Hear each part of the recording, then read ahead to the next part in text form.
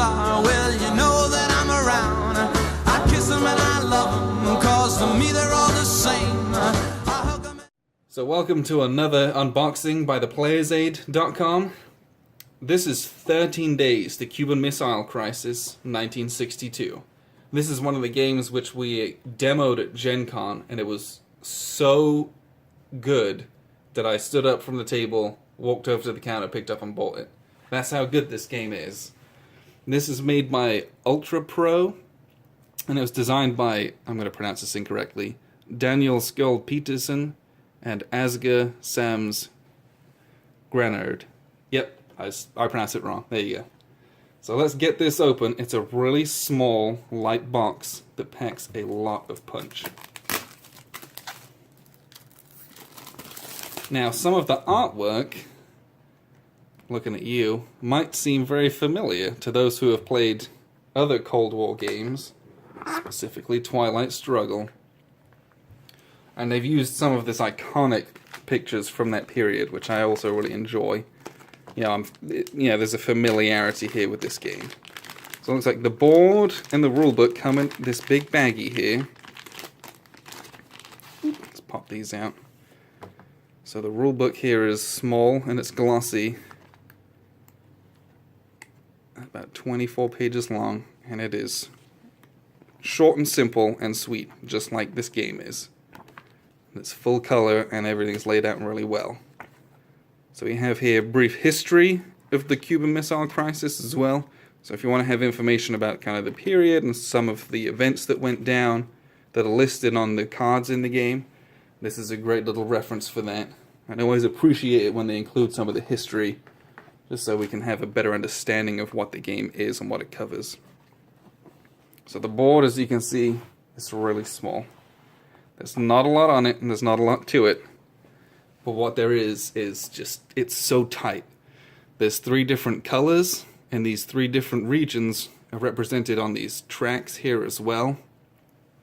And basically the game is controlling these in order to fulfill your agendas, and there's US and USA agendas.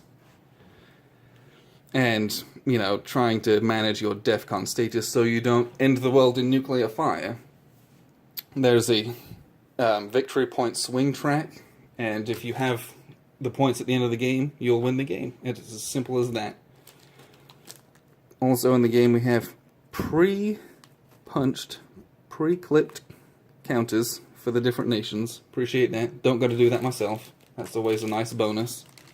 Then we have a bag of the wooden pieces, red and blue for each faction, and there's black and yellow. Yellow's for the victory point track, and the black is for this aftermath track here, which tracks the rounds. And if you get to the aftermath round, there's an extra phase to calculate points at the end.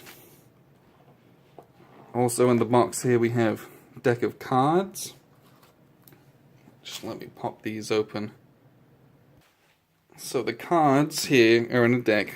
First off, we have the personal letter. This functions similarly to the China card from Twilight Struggle if you've played that.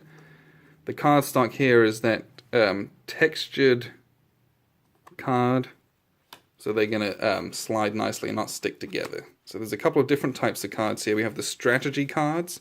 This is going to form a draw deck, and this is the cards that we're going to use as actions. And then we have the agenda cards. And these form the backbone of how you're going to score points throughout the game. And as you can see, there's military, political, and world opinion. And these cards refer to these tracks down here. And then there's cards for each one of the different spaces on the board as well. And what happens is you'll draw, I believe it's 3, and you'll mark those on the board, but you'll only actually keep 1. And that's the one that you're going to go for. So there's some hidden information. Your opponent knows, oh, I might be trying to do this, this, and this, but really you're only focusing on one of them, so it's trying to disguise within the bounds of that what you're actually trying to do. And that makes for a really tense game. Here we have the strategy cards, and there's UN ones, which are kind of neutral. There's US ones, and there's ones for the USSR here as well. And the cards basically can be used to put this many cubes on the board, or they can be used for an event.